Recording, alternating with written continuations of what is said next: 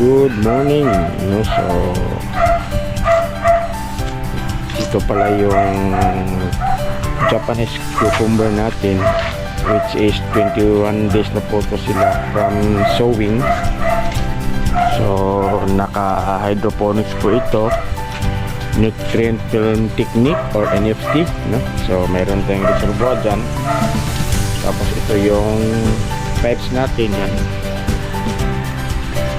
PVC pipes, tapos meron siyang drain doon. Yan.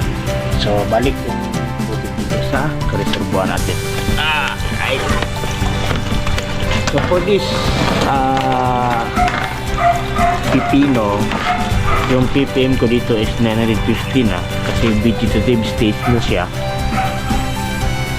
At also pH niya is nasa 6.0. So makikita nyo may mga maliliit na bulaklak pero hindi pa siya nag-bloom. Wait lang. Ayan. So hopefully by pagka next week makikita na natin yung nag-bloom na yung mga bulaklak, no? Mayroon man naman tayong mga bees dito, so sila na lang yung mag-pollinate. Pag wala pong masyadong mga bubuyog o bees sa mga garden nyo, i-hand pollinate nyo lang po, no? Hand pollination po, para sure na makakabuo kayo ng bunga. Kasi itong cucumber po is dalawang klase yung nito, yung flower nito, mayroong male at saka female. So yun, so kung wala masyadong bubuyog sa lugar nyo, i-hand pollinate nyo na lang. Alright, so maraming salamat. So ito pala yung munting greenhouse ko, no? Ayan.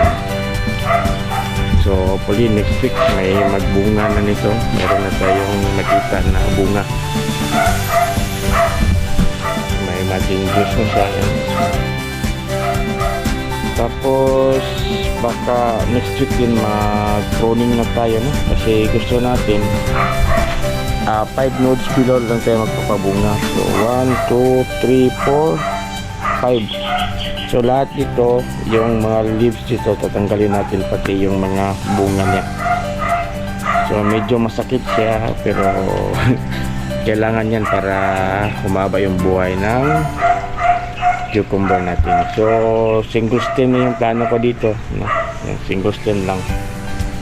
Yan, single stem lang, no? Para uniform yung bunga. Alright, so maraming salamat, no? Please don't forget to like and subscribe our channel. Paalam.